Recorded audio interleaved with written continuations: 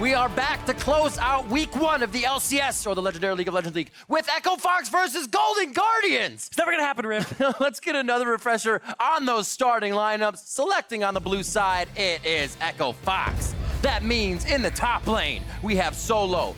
In the jungle, it's Rush. Mid lane is Fenix. Bot lane, Apollo. Support Hakuho and Coach Song. And that means challenging them on the red side, it's Golden Guardians. In the top lane, Hauntzer. In the jungle, Contractz. Mid laner, Froggen. Bot, Deftly. Support, Olleh. And Coach Nero. Yep, and the offseason was flooded with talks about the redemption story for all 5 of these players. But that arc did not start in game 1 of the split for them. So they're looking to climb back up and get that that kind of signed off on so they can start that journey. Getting that rolling, right? Like, yep. First arc is over. You got to get to that second one. No filler in between. Golden Guardians, they kind of got rolled over by engaged compositions, but there were shining moments from Hauntzer in particular in the top lane who played really well.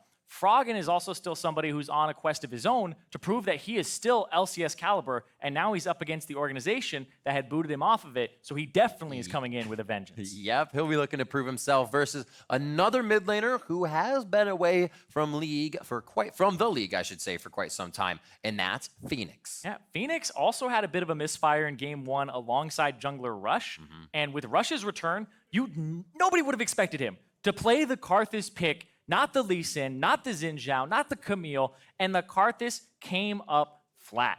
Really was not successful in the least bit, and both these teams want to correct yesterday's mistakes because they're both trying to avoid that 0-2 start. Just staring into the camera on the eyes of Fenix. Well, we'll see if he can kind of get the rebirth going that you know with Phoenix's and Rush as well. The Karthus game, everybody was saying not Rush, but a good champion. They want to see him on the impact plays, get the engages, get the kicks. See Rush again. That's what the fans want. But is that what the team will play? They want the kind boy. They want the victories, and we're gonna see what they've been putting into works for practice to get those victories. Yep. Want to see if Kind Boy Rush is there, if he's gonna be playing the Lee Sin, Smithy has been doing it, if he's gonna play an aggressive champion, because even though the Karthus was not set up for success from champion select with the low priority lanes that they had, it was also something where he had a really rough time because he was flanking team fights with the Karthus. It felt like the Karthus where he's like, I'm a diver. I'm looking for the back line. He's like, I can't take this Q. He was making full use of the passive there. That's all I'm going to say in that last part about Rush's performance yesterday on that Karthus, because today you want to see something a little different. The Draven ban is very different here. Definitely gets that band away from him. Saw a little Draven in the Lek. Wouldn't be too bad to see it here. Definitely still a strong AD carry, but we kind of went over a list of AD carries today, and the first 5 did not have Draven in it. So it's, like you said, interesting to see that ban. We got Urgot on the side for Solo. He's going to lock that in. Galio's left up, so Froggen's going to take that to the mid lane. He can still be a powerhouse, or he can, I should be a powerhouse with that. And the Rakan without the Xayah right away, but I guess that means Echo Fox would want to pick it anyway. I mean, it doesn't need the Xayah in this composition. You already have Galio, and you have the Rakan. So You're just going to go in. He's going to charm people, and then they're just going to get bopped by the AP Galio. Remember, it's no longer that Galio that just builds full tank. You go for the AP here, so when you land, and we took away the knockup from the ultimate, it just has so much damage on landing, and the Rakan will keep people in place for it. I like it. You can see the takeaway was the Xayah here to make sure that they don't have the Lovers duo. And right now, something like an Alistar, potentially lock in their jungler. And... Oh, God! He's got a smile on it. You know what? I feel like that's even more Rush, though, to prove that it's going to work and just come out and go crazy on it. There you go, see? The crowd is behind him. So we get Ezreal in for Deftly on the side of Golden Guardians as we head to phase 2 for bans, when they feel like will hurt the most on that ban list for the opposing team. Golden Guardians first. Yeah, banning away something like the Alistar, making sure that they don't have it. Potentially the Thresh as well from Hakuho, because the Thresh and the Morgana actually thinking of like 2 signature champions for him that could be good into Rakan. I do feel like the Thresh or the Alistar will be the other ban here if they're trying to deny Hakuho a champion that will help them engage your pick. Hakuho's Thresh is also nasty. Sion getting banned out there. Now onto the side of Golden Guardians. They stay towards the bot lane. They don't necessarily know what's in the mid lane. But they haven't focused too much on that either. Really just Cassiopeia getting that hit with the thought of Aatrox in the rotation to flex. What is next? Taking their time, 4 seconds left here. As you see the coaches chatting in the back, and Nero giving the final words. There it is. Yep, the Thresh, because it's a good counter to the Rakan, making sure that they don't have that. So we'll see what this final ban is here from the side of Echo Fox. I'm unsure what they would ban. Potentially Xin, make sure they don't have an early invading jungler. Yeah, and ban that away. So, because when you have the Karthus is a really good jungler for just affecting the map overall. Right. But he sucks when he gets invaded early. And level 3, level 2 junglers, that is not what Karthus is. He is basically the definition of what a level 6 jungler is. Ganking lanes is very hard. Sure, Wall of Pain has a decent range, but that gank is very hard to make stick. And Contractz is going to play the Lee Sin into Rush. I like it. I like it. I mean, when we saw Contractz pop off before, he was on the Graves, he was on the Kha'Zix, so he does have an eye for those instant plays that he needs to make without really needing anybody there to help him. Now he can just kick him right back and deliver it on a silver platter. And remember, I was just saying about how, hey, you want to get Xin Zhao, you want to get the Camille off the table because Karthus hops into him. Well, the Lee Sin is going to do the same thing. Lee Sin, level 3, level 2 even, can invade your jungle and kill you as the Karthus. And they want to put Rush behind. They want to have a higher tempo jungler than this Karthus. You get some LCS Rangers back. Leona and Lucian locked in on the side of Echo Fox. I love that we're seeing a lot more Leona. She is so deceptively tanky, and you just initiate so much more. And they already have a Xayah. So this Lucian is... Top lane with Urgot. Hold on. Holding. Still on hold. Okay, so it might be a Lucian mid for Fenix, but I have seen Lucian jungle, and it might be Lucian jungle Karthus mid, but I feel like Karthus as a jungler is better. It was probably Karthus jungle, Lucian mid, but I would not be completely surprised. But I would still be surprised if they swap. Ryze picked over on the side of Golden Guardians as we were flabbergasted with the Echo Fox marksman picks. It looks like it is going to be an AD and mid for Fenix there. Corky yesterday, into the Lucian today. Exactly, and it's because they know that it's a Galio, right? You're not going to swap and put the Galio topside. It would be really risky, and also his R doesn't reach that far to get to bottom lane, so his effectiveness drops drastically. So having the Lucian, the early lane pressure up against the Galio, is fantastic. Also, Galio takes Aftershock. Getting hit by an E or a W is pretty hard when you have that Lucian dash. So you can dash around him and avoid him activating his Aftershock for some extra damage. Cyrene, I won an ARAM last night as AD Cannon against Galio. It felt good.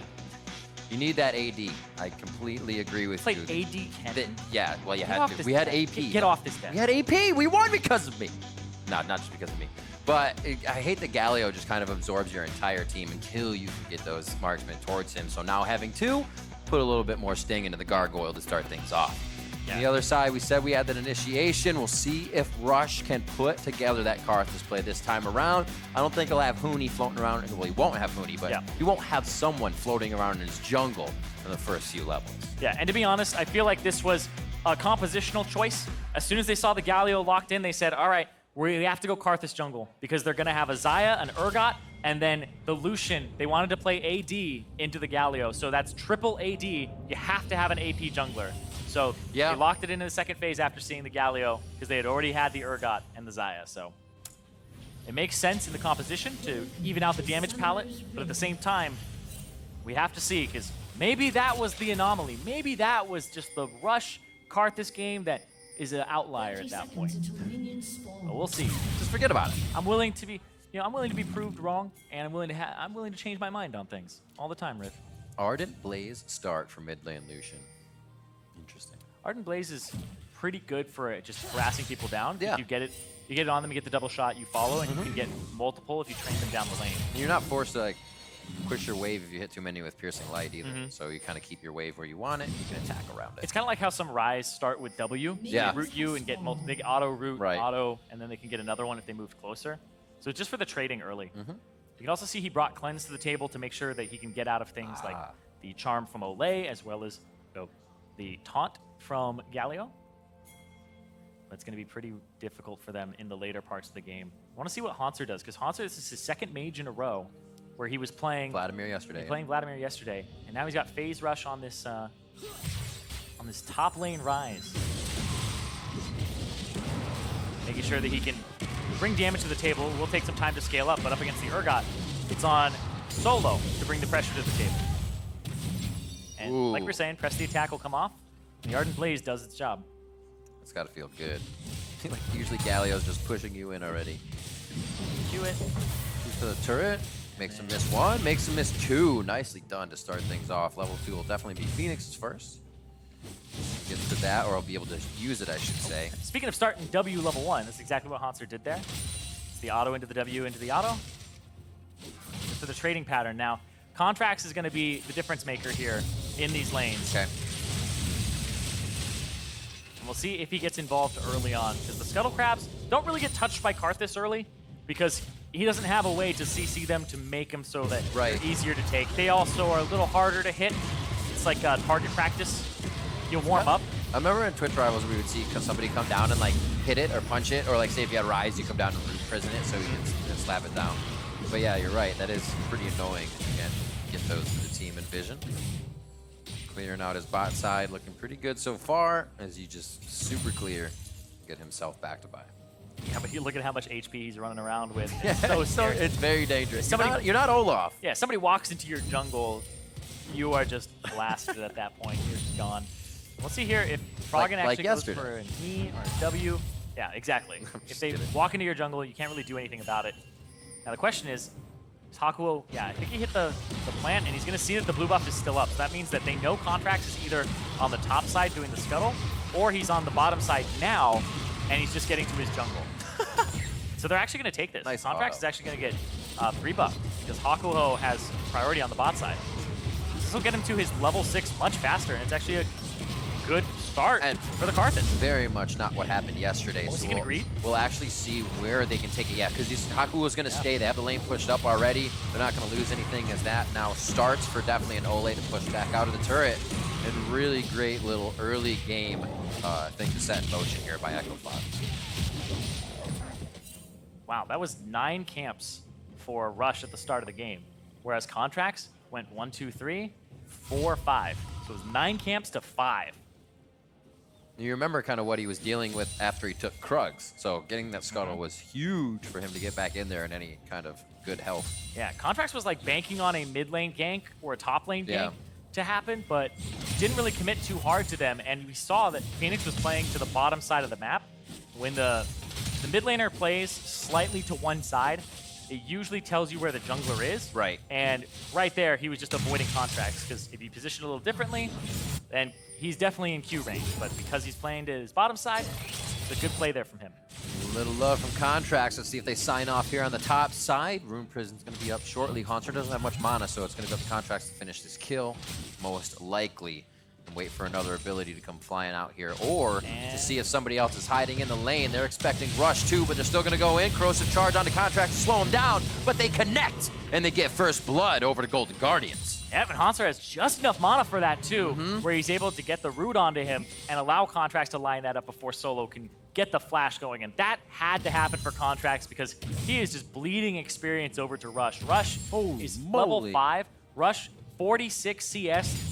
The highest in the game, because he got all those camps, and they're worth 5 or a lot. 6 camps. Yeah, like he has been doing work just farming away. I like the patience here too to make sure Rush wasn't going to be around, because they hadn't seen him. And if Contractz doesn't get this, he stays level 3 when Rush is 5.5. Right. So getting level 4 here is absolutely huge for him. Because Karthus, look at him, he's 6. Rush is 6 already. He's 6 before his mid laner and his top laner are 6. And they're going bot lane. A fight onto Deftly could make that Requiem come into use quickly. They see Fenix going down in mid, so they actually have an idea of where Contract's pressure is. It doesn't look like Rush goes all the way towards that bot side. Just providing a bit of vision. He's going to hang out with his bot side and get that Ocean Drake. You don't have enough mana for this, buddy. You're going to need some help.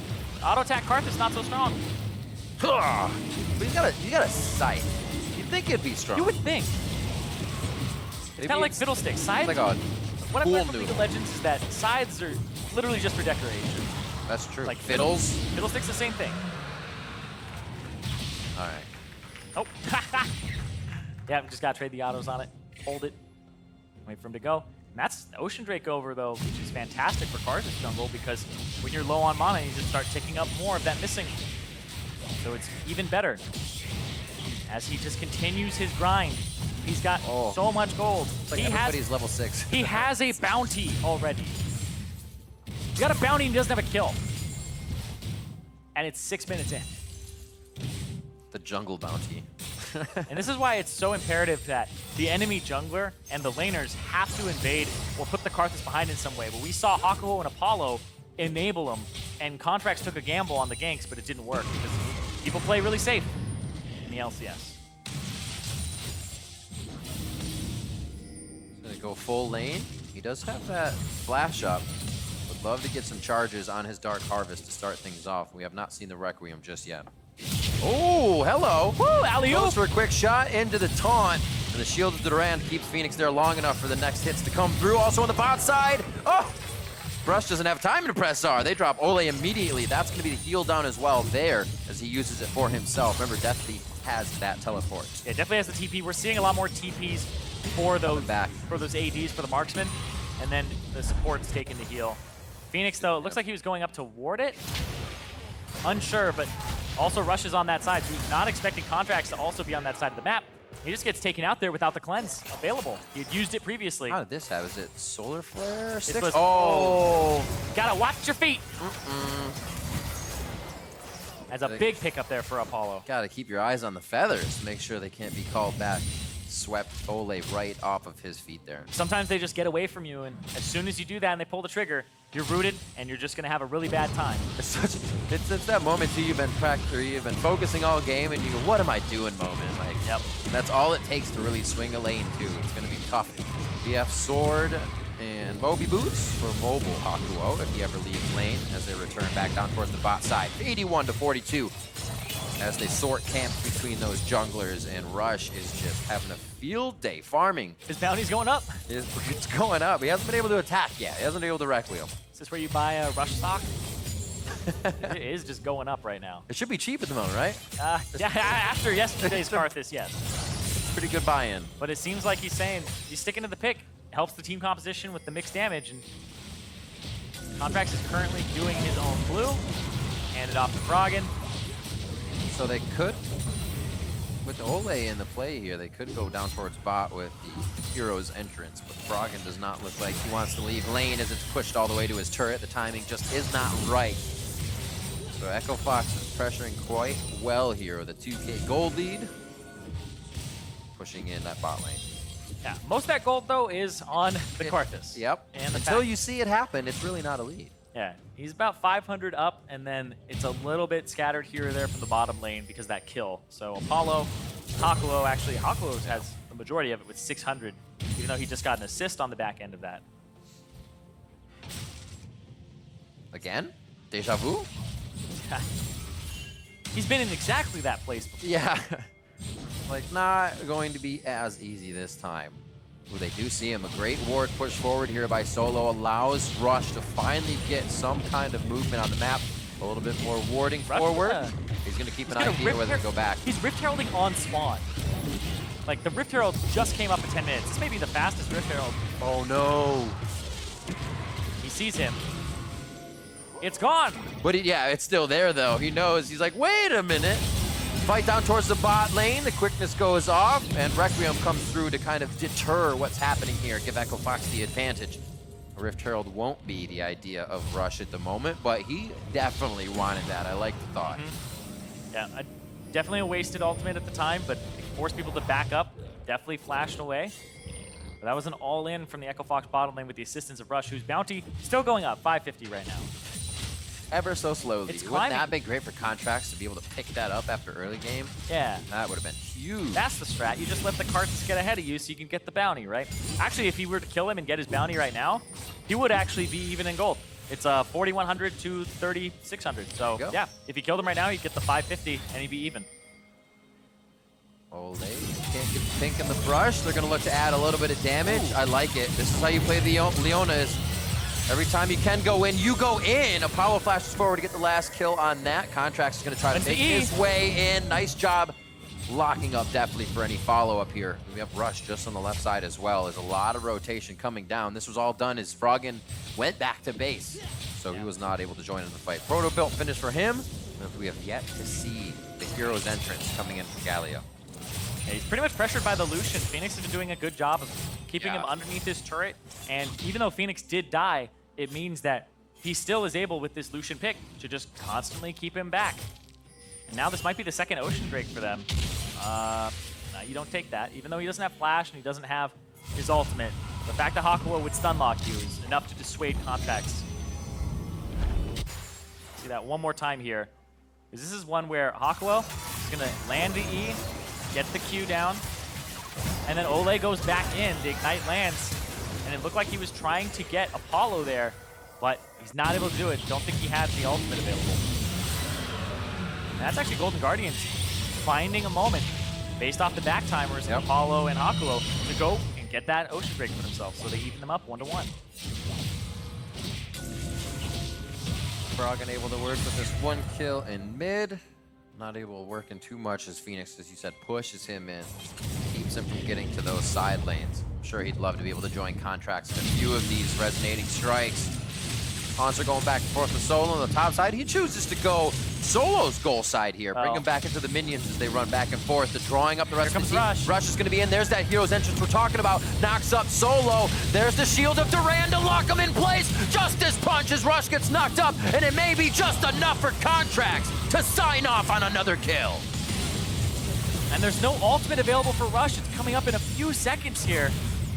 He's not able to get a stack of Dark Harvest there, not able to hit Contractz with it. Phoenix is coming in to try and clean the minion wave up, but he might be dead. Getting the AD carry treatment as he should underneath the turret by 3. And GGS picks up another kill. That one's going to go over to Hauntzer as it's been much of a stalemate in that top lane after the first kill. So Hauntzer's just kind of been farming nice, and then gets a little more on a platter from his team. And just like that, you can look at where the gold values are. 500 advantage for Froggen in the mid lane, but also Contractz, he's able to swing that gold back. Now he's at 5,100. For his early game, this has been huge. Yeah, he's at 5,100 gold versus the 48 of Rush. So even though Rush was out farming him, almost has twice his farm, the bounty's going over, the kill's going over to Contractz. Gets him ahead. Corrosive charge! Oh, that was close. Flash, sorry, the smite is still enough, right? Yeah, yeah, always. If you walk up with smite, maybe he had like a summoner spellbook charge, you know? That would definitely make the Lee Sin panic. So look at who's got the bounty now as we see this fight one more time. Hauntzer was just buying time left and right here as he walks Solo around. And Hauntzer has the most gold in the game after this fight because he is walking him around, waiting for Froggen. As soon as he commits, gets the root again, and then Solo doesn't have enough time to flash out of the hero's entrance. That's where Contractz comes in to try and finish that and gets that shutdown. I like the Realm Warp too. He's like, I'm in if you guys don't have it. I will Realm Warp. Well, it was more than enough power. A little bit of shock and awe from Golden Guardians towards the top side of the map, as also allowed bottom to not see too much aggression from Contractz or really anybody else, and they have been able to roll through the turret as well. One little bit of global gold going out there as they start dropping more resources of Contractz jungle. Eyes are on Hauntzer this game for Golden Guardians, just like they were in the last one. Yeah. But the engage of having the Leona will mean that the team fighting is probably what's going to come out here for Golden Guardians as well. Like, these both look like they're compositions that want to team fight except for the Lucian, but he doesn't have a teleport to the side lane. He's pretty much going to be locked into having fights against a Ryze, which is mid-range, can match him, and the Galio, which will do about the same thing too in terms of mid-range mages. So Phoenix is going to have to figure out a way to get into this game to a point where he's a force to be reckoned with, because right now he's kind of just this squishy Lucian running around that will be a tiny bit slippery, but not slippery enough to stop Golden Guardians. Unfortunately, hasn't been able to participate in any of these assists or kills, just the deaths, as he was focused on by Contractz and Froggen. Participating in all the deaths. Participating in all deaths, yes. Death participation, is that must look to achieve something. New stat. Oh. Solar fan of Contractz! He got him. Made sure that didn't come out. Shelly, nope, not today. I love it. It's the small plays. You're like, wait, but that was huge. Means they don't lose that turret, but Yeah. bottom turret already went down, but Echo Fox still up in gold because of that, because of Apollo, because of Hakuho. Slow. Patience is the name of the game here for Fox. They got a little ahead of themselves as they went to go towards that top side after the fight, but now as they can sort again on the map, they're going to have 30 seconds for this. Wow, I couldn't remember what kind of Drake it was. Infernal, thank you.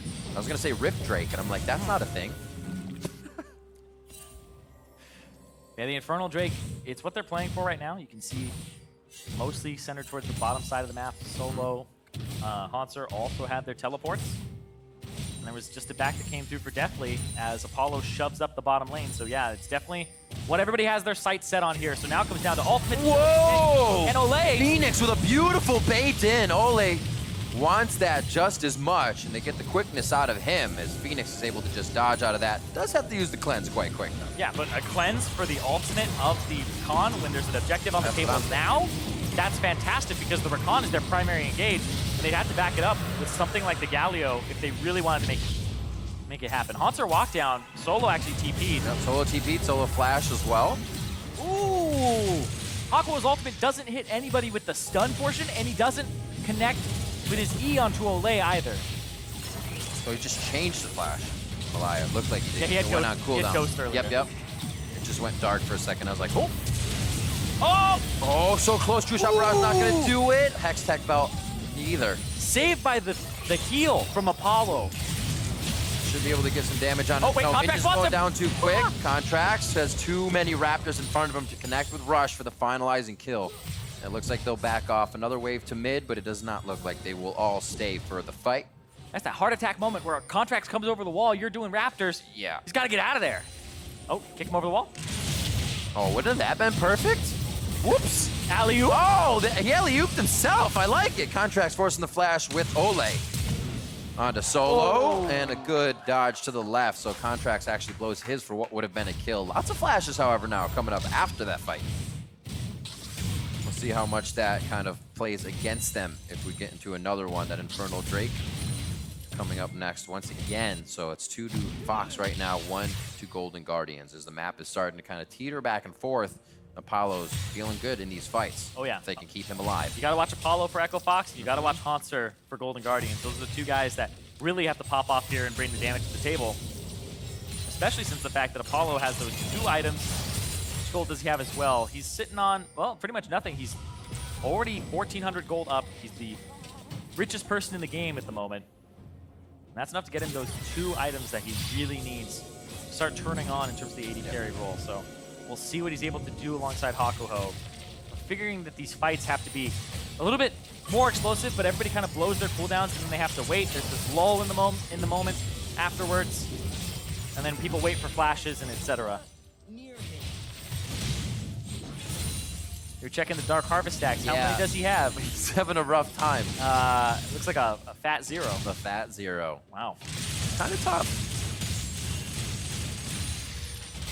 Yeah, at 20 minutes. Damage on low health people, but all these fights are happening instantly. There's a lot of front end burst damage, and the follow-up kills them before Rush even starts stacking anything.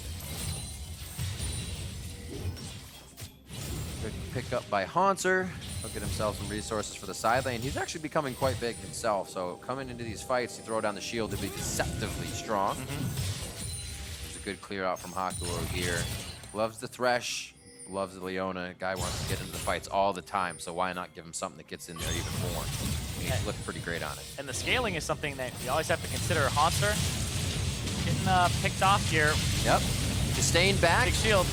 This is going to be big damage onto Hauntzer. I think that's a stack. Fear Beyond Death as they combine the Karthus and the Urgot ultimates together. Beautifully done as they start pushing down towards mid lane. Corrosive Charge over onto Olleh. The fight now from Fenix onto Froggen. It's not what he wants. Shield to Duran misses. So the firing keeps coming through for Fenix, and the culling doing quite a bit of damage as mid lane goes down. Echo Fox giving Golden Guardians quite a bit to think about. Yeah, they were not expecting Solo in that brush there.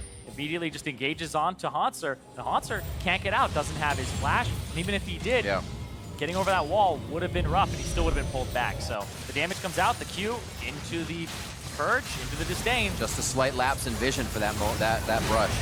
Yep, and I like that from Solo, using the disdain immediately into the R, so it's pretty much undodgeable. Yep. Flipping to the other side of you, and while they're stunned, you go through the animation. So makes that one land. And then Rush finally gets his first assist of the game as Froggen gets that turret. And that's a stack, right?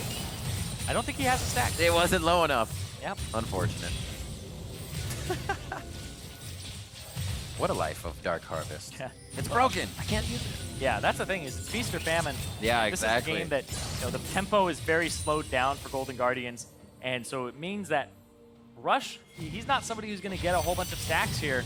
People are avoiding fights, and I've seen so many games, especially in solo queue, where the Karthus just runs around with 16 stacks, 20 stacks. Boom! You're like, what happened? Just dropping bombs. He was feeding earlier, but he's just running into our team for stacks now. It's like, he gets 4 stacks in that team fight, you win it, but the next one is going to be even harder to win. And that's just how the Karthus rolls from the jungle. Is you kind of int to win. The winting. Yeah, it's the winting. He hasn't done too much of that this game. Needs more stacks. Needs more stacks to win. Oh, good damage onto Olleh. He cannot get in with the quickness now without going down too fast, but he's still going to try. Olleh gets taken down in the blink of an eye, and that's going to be a beautiful stun coming in from Hakuho. They almost get the kill as well onto Contractz, but they can't follow up. Hauntzer starts to deliver a little damage back here, but Echo Fox continued to look good on each one of these fights. Yep, and that's going to be the Infernal Drake for them. Infernal number 2 for Echo Fox. Yep. If they can just walk over there, waltz over, pick that one up. And Apollo is doing massive work. 750 gold bounty for him, but also at the same time, he is critting so hard in these fights now. Sting, you can feel the crit from here. Yeah. Gets a little range on his rapid fire, feels good. Yeah, and Olleh felt like he was able to just go in, get out. Wasn't able to land on the right target, and even then, Apollo was able to just shut him down real fast. Yep. Looking at options, what's on the table? What does it look like kind of for Golden Guardians to find a fight here? Is it the Contractz Froggen? Are you waiting for Olleh back up? We did see him very low to start that one off, so yeah. it didn't go their way. You're looking for the Olleh into the Froggen, right? Get in there with the ultimate, make sure that Froggen has the ultimate on you, and then you can get this big burst on people, but he's just not landing on the right people. And it's also Fox doing a good job of spreading out. You don't want to have your 2 marksmen next to each other, or even next to the Karthus, so you have kind of designated frontliners of Solo and Hakuho, who can have skirmishes on their own, especially Solo, and then everybody else just kind of spreading out, making sure they can't all be caught at once. This vision control just on the bottom half near Dragon is really playing into Fox's favor. Missing a solar flare there, however. Shielded to Rand, looking for a huge taunt. Nice feather storm from Apollo, keeps himself safe, and they're going to be able to drop down Froggen immediately. The Galio should not fall that fast. That was monstrous from Apollo. I want to see that again. It was disgusting. I want to see that in super slow motion, because he had barely any time to react to that. Very fast fingers from Apollo to start things off here in the mid-game fight. Still a 4v4 in the mid lane since we have Fenix off on the left side, so they're going to tempt the danger, but see what they can get out of Golden Guardians here as they control that top side of the map. Yep, trying to control that top side, like you said, but the mid lane priority is going over to Golden Guardians slightly as they go to the bottom side, but the Baron control goes over to Echo Fox off that. Let's see that one more time here. Word. Where? So Apollo's just on the bottom. Froggen feels like he's got this, and then they see him. They see him because of Rush's sweeper. So he has some time to react to it, but it's still not a whole bunch because you don't know if the Galio is charging taunt, if E, anything like that. But he sees him, says, okay, the flash comes out, and the immediate reaction from him too. Oh, hello. Quick kick. Sonic Wave didn't want that. Quite the right direction he wanted. I think he wanted to get up and above and then kick him down. Figured to slow him, just walk around with the Tempest and cripple and then do it. To each his own. He wanted to kick quick. Yeah, and 5-5 here as we hit 25 minutes, and a bot will drop. Yep. Favor of Hauntzer and GGS. Those double Infernal, though, are going to do more work as this game goes on. It's a Karthus alongside 2 marksmen who make great use of that. So these 3 champions, and even I would say the Urgot as well, do make great use of that. So those extra stats, never something to complain about, as Apollo's bounty gets even higher for a potential shutdown later, and somebody to rubber band back into the game. Ooh. Rush is close to the Rabadons.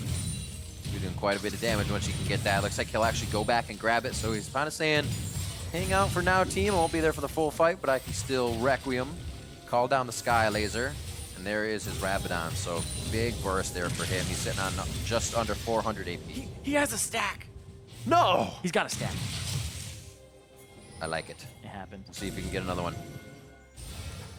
Now he has a quest within this game. I feel like at this point you kind of just give up on stacks. You I mean, go, like, I'm a Karthus with no mastery. Your point's right though. In a fight, like people are going to be low. You get in there and you just start doing damage. And you get those. Oh! Right into the turret. They're going to bring in Froggen as well. Hauntzer and Froggen going all the way downtown underneath the turret. And I don't know if it was the best idea, boys. They get taken down by Echo Fox. Woo! He's like, Hakuho, oh no, you did not. Oh, no, just you try did to go underneath not. my turret. He throws down the ultimate perfectly timed for the stun, and then just everybody is just mushed together there. Oh. Even Froggen came in. He's like, I'm here to help. Well, That was helping the wrong team at that point That because was he is just food for big Fox. helping. Contract's going to get taken down as it looks like Fox can just run amok in the jungle after those few kills. Contract's pushed off. No, Smite 50-50 even to be had, and Echo Fox feel very good after that scuffle in the mid lane. See that one more time. Hakuho, it's like perfectly timed. That is the rudest welcome you can ever have from a Realm Warp. That is just the stun into the lockup, into even if you got your boy Froggen coming through, it's not enough. And that's 3 people dead on an engage that they thought was gonna be one to stick for them. That was a shocking oops. That's what you call those. 28 minutes on the clock here. Echo Fox feeling probably like they can engage a lot, but if that's going to happen, they'll wait for the engages to come. A lot of money on that Baron play so far. 2 minutes left, even I should say 3 minutes left to push this down the lane. You're going to have Solo pushing top side, and now Golden Guardians need to find a way to repair this or at least get a few picks. It's tough because Olleh is even getting taken down in his engages that are supposed to have good follow.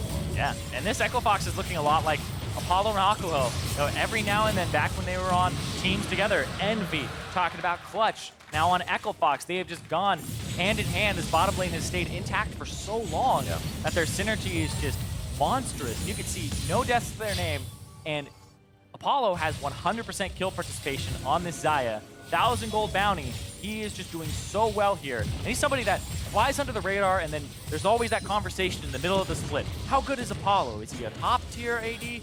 What, like, where does he stand in the rankings? And it's always up for debate. And if you're starting the season off like this in this game, it's one that you can maybe start having that, you know, you got the Flint and Tinder going, maybe start that conversation again. But he's looking to achieve the Freak ADC placement. Yeah, that's true. From seasons ago. But you're right. It's kind of been a question with this pair and Solo is how does this team sit with a few other players that like really fit in with them, really allow everybody to excel. And that's kind of what you're seeing here in the beginning of the season for them is that they all feel very comfortable in their roles. And like you said, Apollo able to step up as well when the team needs it. Solo's had a pretty decent game topside with the aggression he found from Contractz. So everybody's also able to keep that stable mental throughout the game. Yeah. 30 minutes, almost on the clock, and they're at the front door of the base of Golden Guardians. Olleh, on the other hand, a lot of pressure on him is pretty much the, I would say, primary engage tool alongside Contractz. Yeah. And then Froggen's supposed to be the secondary engage. But Olleh, the 0-4 and 0 start for him. Hauntzer trying to hide, but Olleh takes quite a bit of damage as he can get in with the quickness. There it is. The dodge, there's one hit, he gets 3. Froggen's gonna be able to knock up the 3 in the fight actually as Fenix is on the outside, but they're still able to fire in. The AD carries are untouched here as they start to deliver damage and they have their eyes set on those priority targets. Rushes into Zhonya's, Fenix and Apollo still alive as they walk back and they try to kite the damage. Requiem from Death here coming from Rush so they can get a bit more damage and keep Fenix and Apollo safe. Look at the smile on Rush's face, he's having a great time. I finally got some stacks. Like, he did it. But he's got 2 now. This is one where I was just talking about Olleh, and you were talking about the strong mental. He's got to keep it. And right there, you see everybody kind of get body blocked by the Urgot, who's slowed down Apollo a tiny bit, and then goes in immediately. Apollo's able to react to it and get out. But still, that's your tank line getting burst down, and then Rush flashes forward to try and make a kill connect, but it's not enough. Got Contractz soul. Ah, he almost got him as well in terms of the kill. Yeah, very close. A lot of shields over on that side to be utilized once that Requiem comes from the sky. We'll see where we sit after this. We're gonna get Rush out of spawn just now, so he's going for Seeker's Arm Guard up into that Xayah, so he can be even more of a nuisance. Stopwatch was used in that previous fight, so they use lose a little bit of that crazy ability to just go willy-nilly. Knight's Vow just set up on a friend here for Hakuho.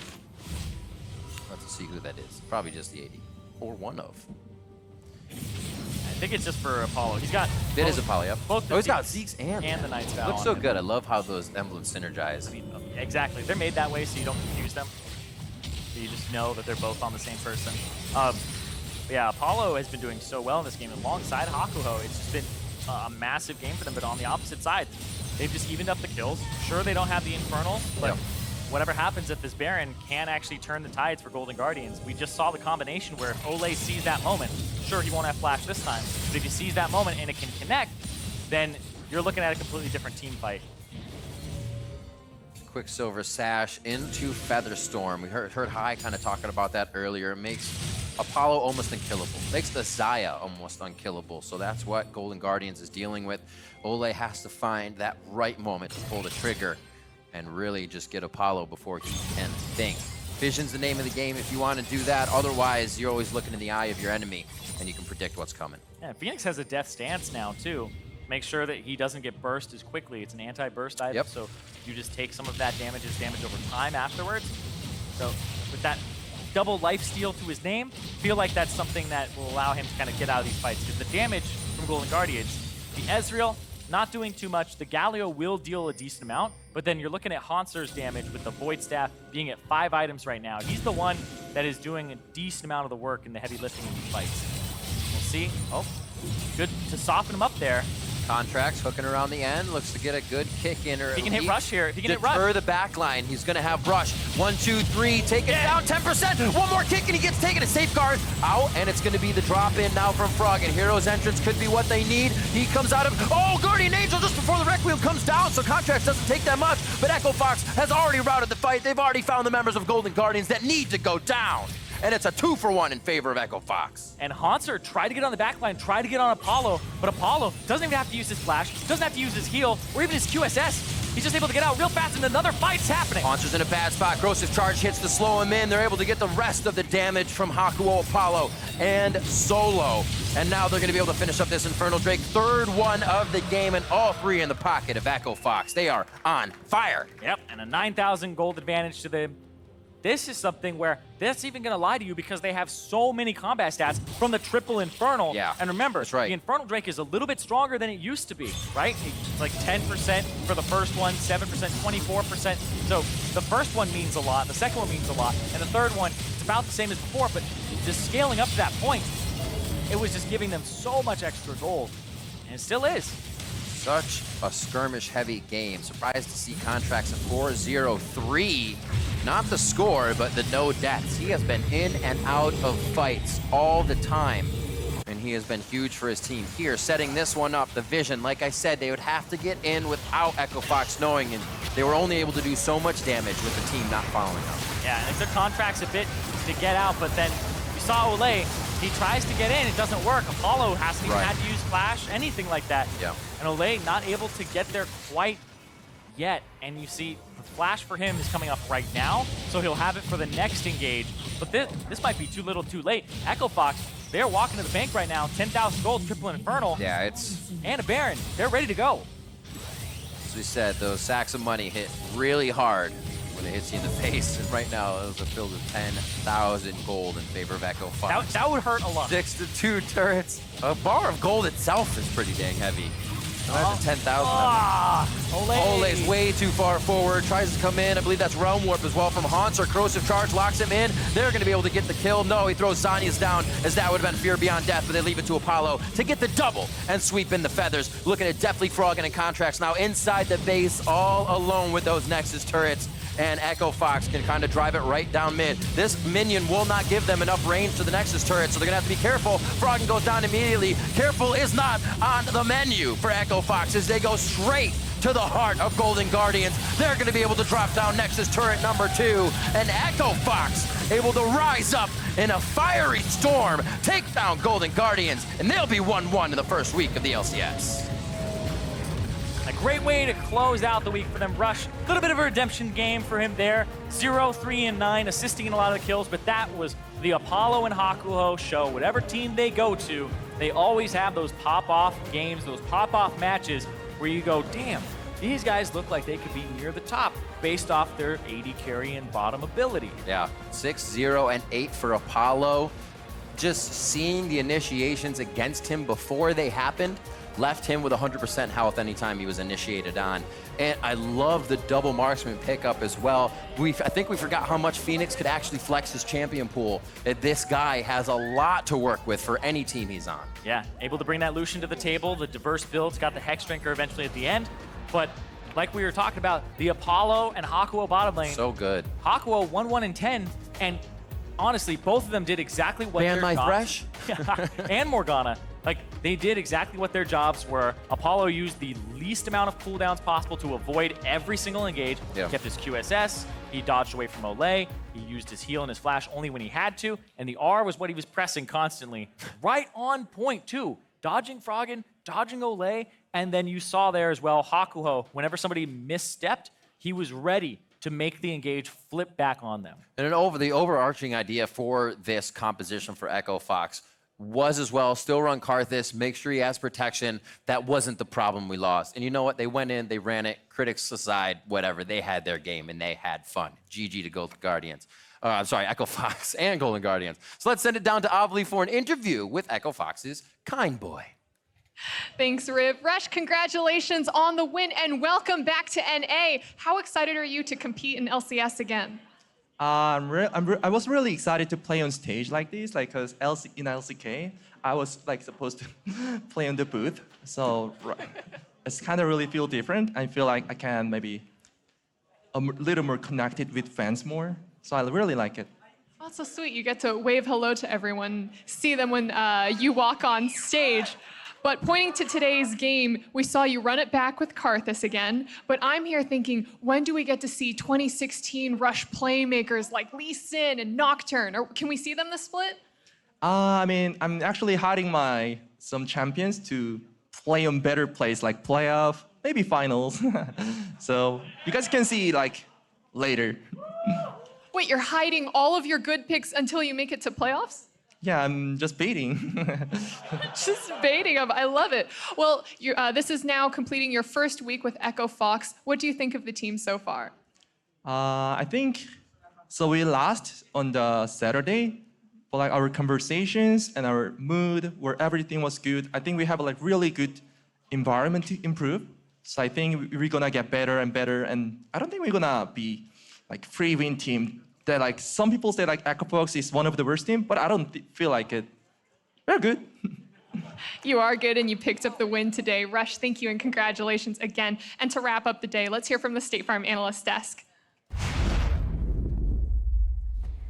Thank you very much, Olleh. Yesterday's loss was no cause for concern for this Echo Fox squad as they pick up a win here against Golden Guardians. A much better performance out of them. It isn't necessarily night and day. They didn't come out and make a case for being the best team in the league, but picking up a solid win. The thing that kind of jumps out to me is the fact that they stuck with that Karthus in the jungle after a fairly disappointing showing just yesterday. Right, and something interesting that I've noticed is that I don't think I'm a giant fan of all like the Victors and the Ryzes top. I don't feel like they're doing that well compared to just like an Urgot or a Xayah, you know? And this game was a lot different from yesterday in the fact that, you know, Rush is power farming. He didn't try a stupid lane gank bottom. He did try to do the lane gank top and got 2v2'd and killed. But, you know, after that happened, he's like, I'm not ganking anymore. I'm farming. Guys, just let me hit 11 and we'll win the game. Look at those CS numbers. Yeah. A part of it was that he had winning lanes this time around. So you have a Lucian who'll push into Galio versus a Corki, which is just trying to even farm versus it. It's a little bit more dominant of a lane.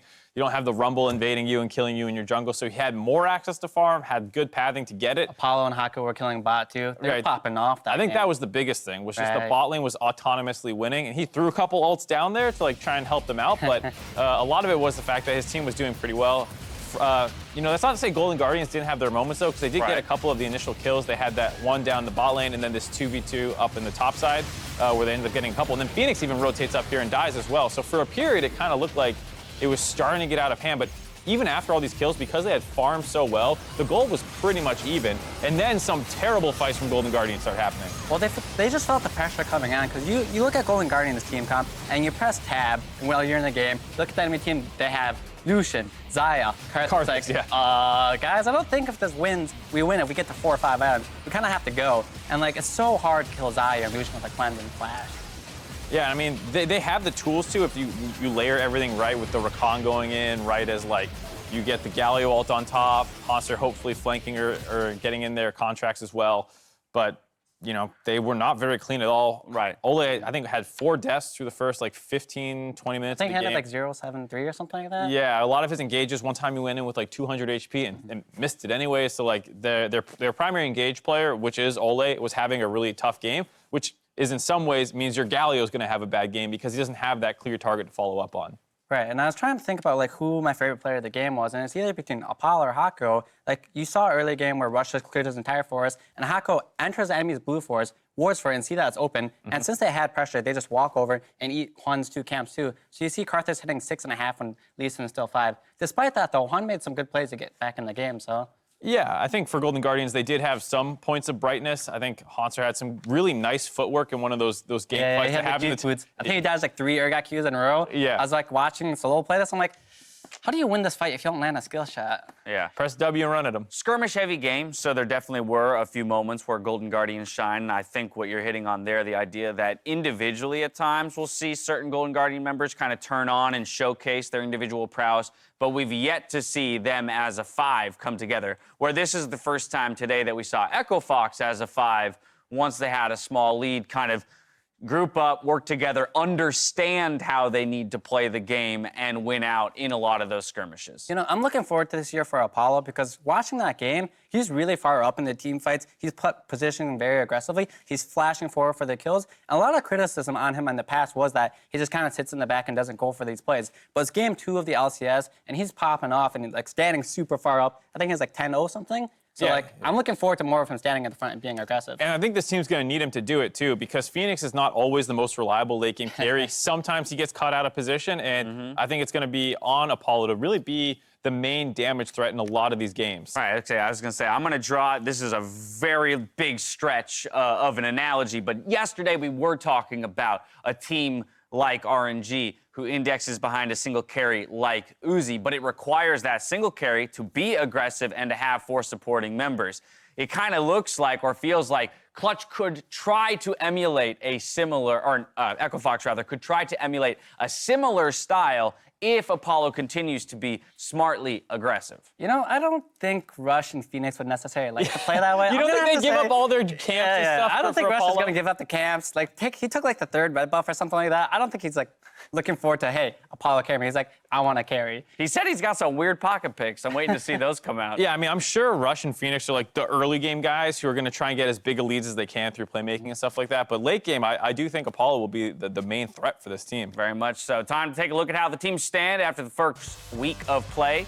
Clutch, FlyQuest, and Team Liquid end the week at 2-0. Then there's a pack that includes Cloud9, Echo Fox, and TSM at 1-1. Let's take a look at how good you were at predicting the results from today. Not so bad. Easy. Huge step up from yesterday, the 0-5 to kick off the split for Mark. He now moves to Feeling great. 3-7. And of course, High sitting at that 5-5. So that feels good, 50% on the Yeah, first man, week. I'm gonna be right more than him, right? I kind of have to You're be. gonna crush him. It's not If I gonna don't, be. then it might I be. mean, We're we're gonna going have to to make you find a feel way. comfortable. I don't want. Is that how that works here? Around week 4, we're gonna have to find a Although way in to our make defense, this they a more photoshopped our picks competitive yesterday. game. For my sake, my curiosity's sake, let's go ahead and pull up one of our over-unders from earlier. Mark's I asked if this over-under was- on the correct predictions. I believe we put the line at 49%. I asked if it was season or week. You're nowhere near that. It is for the season, and we're just checking in. Oh, okay. That's yeah. all, Mark. Oh, I'm not worried. We're Yeah. just doing our week. Yeah, We're keep just them doing our coming, weekly production. check-in on Mark's over/under. gotta start Well a bet below going on. 49% right now. You got to step it up, my friend. But that's going to do it from us here on the analyst desk. We're going to send it over to Freak and TSM's top lane for LCS tonight.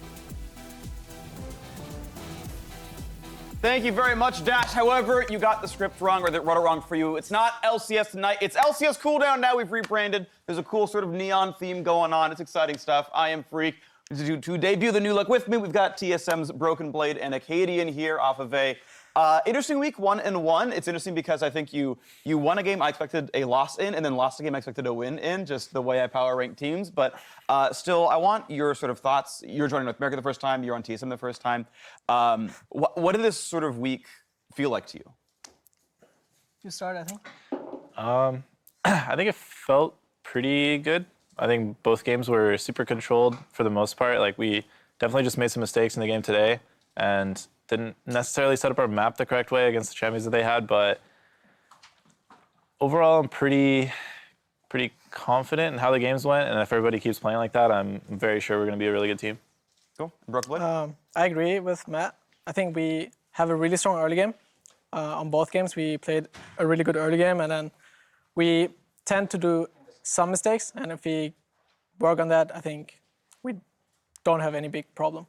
And speaking of early games, I feel like your laning phases against both Someday and Huni were like obnoxiously good. Like first of all, did you feel the same that like this was going to be a very tough test with big names in front of you?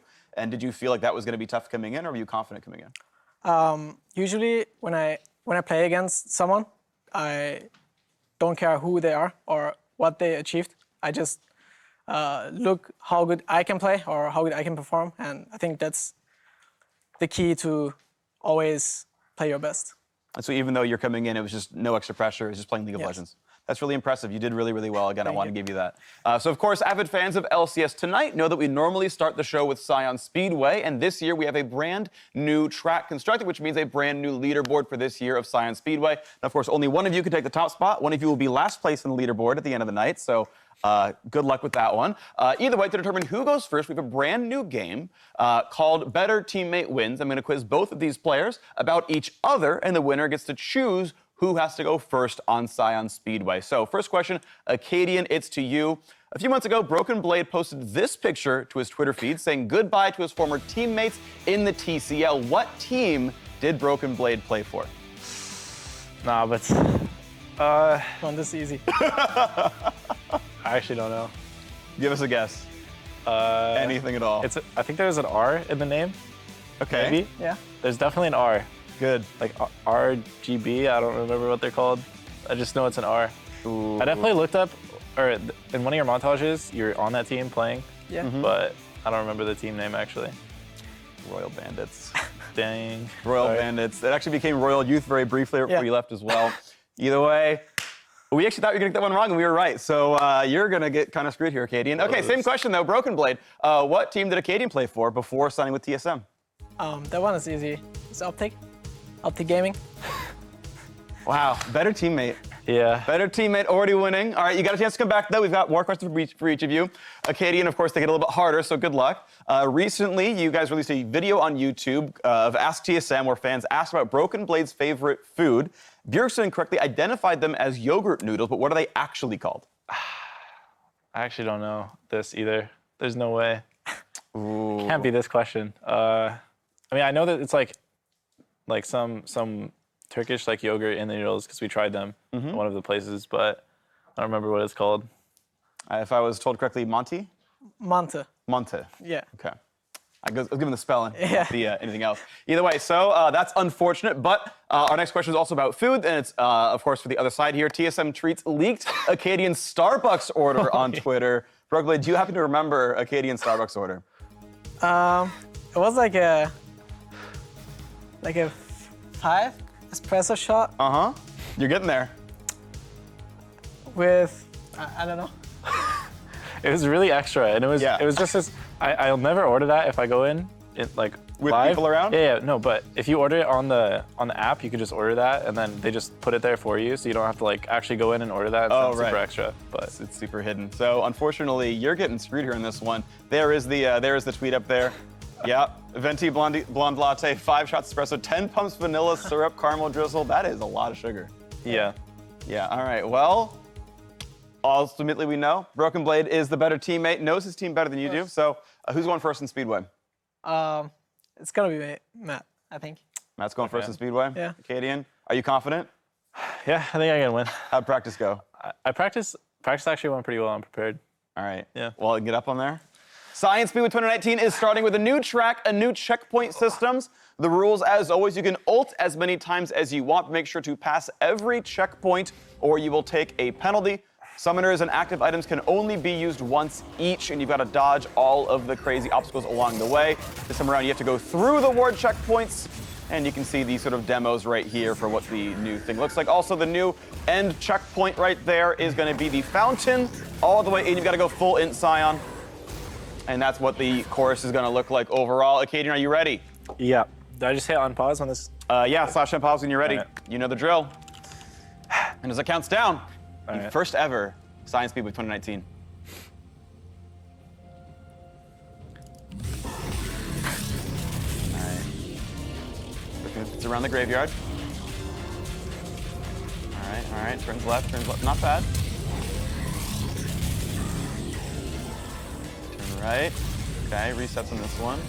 Through Tri-Brush by Red Buff. Oh! Nah, but I actually never hit that one. That's a bad look.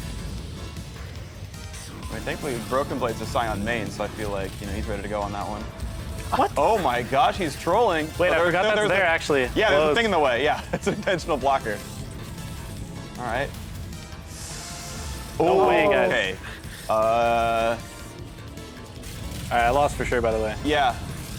Not looking good. All right, you gonna get past this one? Nope. That went way right, worse there than you all go. my practices. It's not even close. All right. Well, there's your time. Good job. Nice try. We'll have the time for you pretty soon. But hey, for now, you're first place. Yeah. You are first place on the leaderboard. And for the next 5 minutes, no one can take that away from you. Whatever. Yeah. Sucks. I actually hit 7 ones. Yeah. 7 walls? Yeah, 7 walls. I think I hit 1, my best practice, but it's fine. You know what happens. Okay. So, of course, before Broken gets his shot at the racetrack, we've got a new segment where we'll see a few clips from this weekend, and I will ask both of your professional opinions. Whose fault is it anyway? It's going to be a fun one. The first clip is an impressive objective steal from yesterday's game between Clutch Gaming and Echo Fox. Of course, you can see the score right there, 51.5 or so. Not amazing, but we'll see what happens. Either way, let's see what happened in this clip, and you can tell me if it was a misstep, a good play, whose fault it was, as we get to see Lyrist with Drake. Last gun over, and just the easy W and a smite. Who could have prevented this? I think the whole team could have prevented this.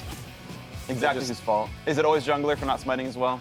I think I've seen Corky's trinket up, so I'm gonna go say it's Corky's fault because he didn't ward over the wall. Of course, it's communication and stuff like this. But it was also a really good play of the jungler because he has an escape. He can just safely go into the pit and check if they're actually doing it. So I think it was a good play and a misplay from both sides. Okay. Yeah, I think it was a good play by Lyra, and also Fox probably just didn't think he was going to come over because they were all basing. His whole team was basing, and he just stole it, so. Well, I know from watching Rush's Twitter, he flames Phoenix a lot for not using his trinkets ever, so I'm going to go and agree with you and say it's Corky's fault. I think Rush would agree. So next up, we have an early gank in the top lane gone awry, and once again, let's see exactly whose fault it would be. 2v1 top lane. All right, what's the thought here? Whose fault is it going to be? I think this is mostly the jungler's fault. We actually talked about this. There's 2 times you can go. It's either as soon as you get there or you wait for him to hit the range creeps as Urgot, but I think it's definitely communication between the two, but probably the jungler, I think, is the one who handles that, probably Wiggly. Bit better timing for Wiggly, basically. Yeah. Yeah. Junglers, they can't smite, can't gank. Why are they even in my games? It's okay. In our next clip, the Untrained Eye might only see an overextension or a needless death, but our experts might give us the inside story. I want to say, whose fault is this death for Camille? Yeah, this is a really fast in for me. This is my big in of the game for sure. But you saw a world champion in your eyes. Yeah. I mean, we were definitely just looking for this play. We said we could dive really easily with our champs, but this is not the time. We could have just waited for Victor to die, and then I just had to go full Chad mode on him, I guess. So were they telling you to go in, or was it just look for a dive, or what? No, I mean, it was just in general, we can look for it and I can look for it, but that was just not the time where that play was good at all. Okay. I remember in the game we were screaming for Victor, and then suddenly Matt's screaming, "Go on, Lucian, guys!" And then, Yeah. and then suddenly it was 10 miles away. I thought Victor was gonna die, but then he Zhonya's, and that bought a lot of time for because if Victor insta-died and then my front line, or my whole team just moves forward, then he's dead. Yeah. But Right, because you can drop aggro with ult and stuff and get revived, so like that, the rest of that dive works out if he's gone, but it's not a lot of space. Okay, well, a lot of clips of junglers screwing up. It's really unlucky. Now, of course, we've got one more play, but for this one, I'm flipping the script, and instead of finding fault, we're going to highlight the play that got the most Twitter hype this week, making it worthy of an LCS big play. At TSM Dan, as he tweeted out to celebrate the team's new top laner, says, "Hooney who? Broken Blade, whose fault was this this solo kill?"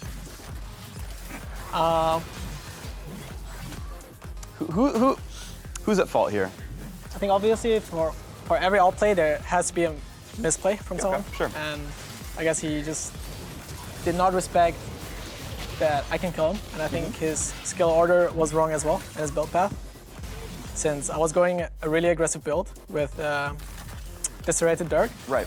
And I think in this case, you have to build armor or you're really vulnerable to getting one shot. And that's what happened. One shot?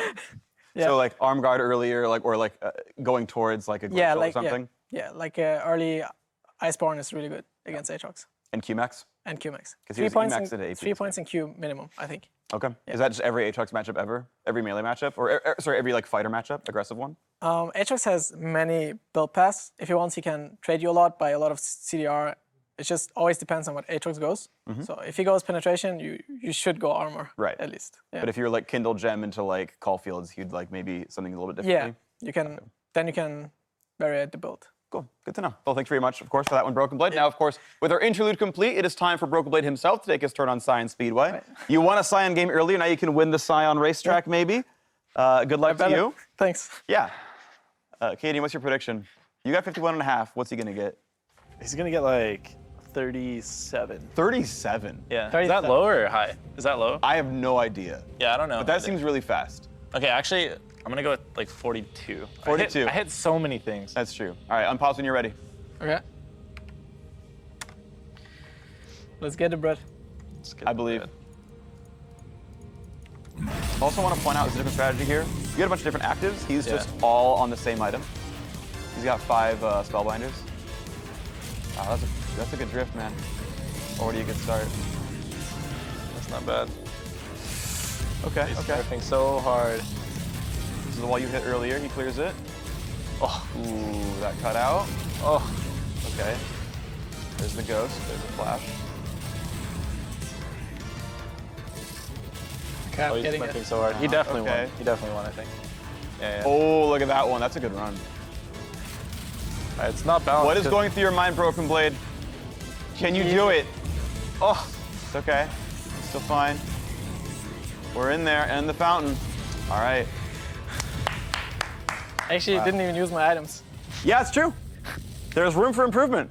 It's actually not balanced because he plays Sion normally. Yeah. I don't play Sion. I mean, I think our winner last year was Grayson. Really? Yeah. But he actually, I think, knew a lot of mid-Sion. I think he practiced the Oh, champion yeah. a bunch. Definitely mid Sion was in the meta. Yeah, 45 and a half. 45? That was Okay. actually pretty I good. guess 43, but Yeah. But if you use the actives, maybe, right? yeah. Cut him 2 seconds off? I think All I right. missed the wall too. Yeah. All right. Broken Blade, where are you going to end the season at? Like, because as we bring on 2 more guests every single week, are you going to end in first? How much can top that? I'm not sure if I did well or not. Looked pretty but good. I think I'm gonna be at the top of the standings. Maybe someone can top it, but Okay. Yeah. We're going at least top 5. yeah. All right, I'm holding you to that. Good luck. TSM top 5, of course, in the LCS as well. Now, before we sign off for the weekend, let's take a look at next week's schedule. And of course, TSM headline of the day versus Echo Fox, who are 1-1 themselves. How do you feel about that one coming in? Acadian, ask you first. Feel pretty confident. Feeling in confident? Pretty much every matchup against every team right now. Is every game jungle difference? Yes. Yeah. Every win is jungle difference? can- Every confirm. game is jungle difference, no matter what. Cool. Win or lose. Top difference against solo? I'm not looking forward to. I mean, what I want to say is, it's a team game, right? Yeah. At the end, of course, solo kills are always good and are also helping the team, but it's not my focus. Okay. It's team play is way more important. So I'm gonna try. I think, for example, today I could have played the team game better. Sure. And I'm gonna focus on that next week. Okay. And this is a man who named himself after Riven, by the way. He's like, but it's the team play that I care about. One day you'll bring out Riven, I'll be very excited for you. Either way, Sunday's games, of course, exciting as well. TSM features another exciting matchup later on. Are you going to end it out 3-1? You going to win both? FlyQuest is the other opponent. They're 2-0, so like they had a good start. I think we definitely have higher chances winning than the last 2 games. Okay. I think we should not underestimate them, of course, but I'm confident in me and also my team. And EchoFox also a former team of Acadian because I care about my teammate. Nice play, bro. Yeah. I'm pretty sure he wants to win against that team, and it's going to motivate even the other players to play harder and win with him. And when you guys go to MSI eventually by winning NA and you play against Royal Youth in, from TCL, Acadian, just so you know, Royal Youth. We have to win. The rebanded Royal Bandits, his whole team. Just letting you know. We'll get that one together. Yeah. All right, so that, of course, wraps up week 1 of LCS Spring. Thank you once again, Broken Blade and Acadian, for joining me here. You guys are absolutely wonderful. And keep in mind, LCS Cool Night is now over, but on behalf of myself, the casters, the entire live broadcast crew, thank you for watching. We will see you next week for more LCS.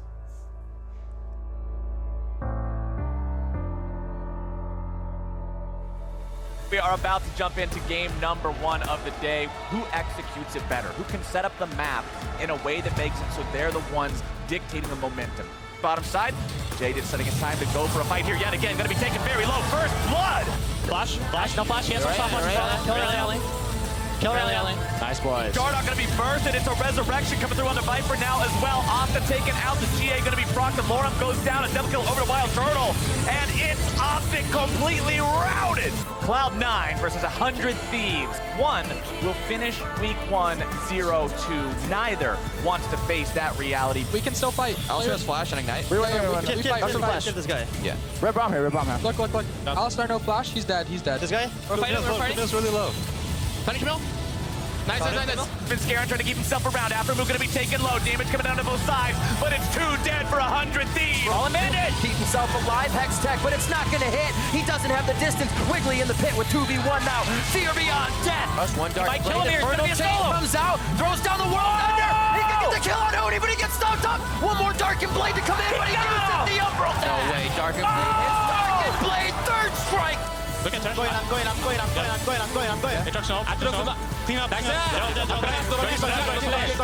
Two shots gonna miss as he comes up with the Zanya's now coming in. Broken Blade is low. He's gonna throw down the World Ender, and he's coming back up as Acadian. The Smoothie falls. The double kill coming in for Demonte as he's looking for a few more. The triple kill for Demonte. Holy crap! Right into the turret. They're gonna bring in Froggen as well. Hauntzer and Froggen going all the way downtown underneath the turret, and I don't know if it was the best idea, boys. I think we have a really good environment to improve. Collapsing and having really explosive team fight engages, that's definitely one of our key strengths as a team. I'm quite happy that we've won today at least. I always win, so it's pretty hard to top what we've already done, but I have my sights set on Worlds. I think you're going to see a lot more games like that this entire split.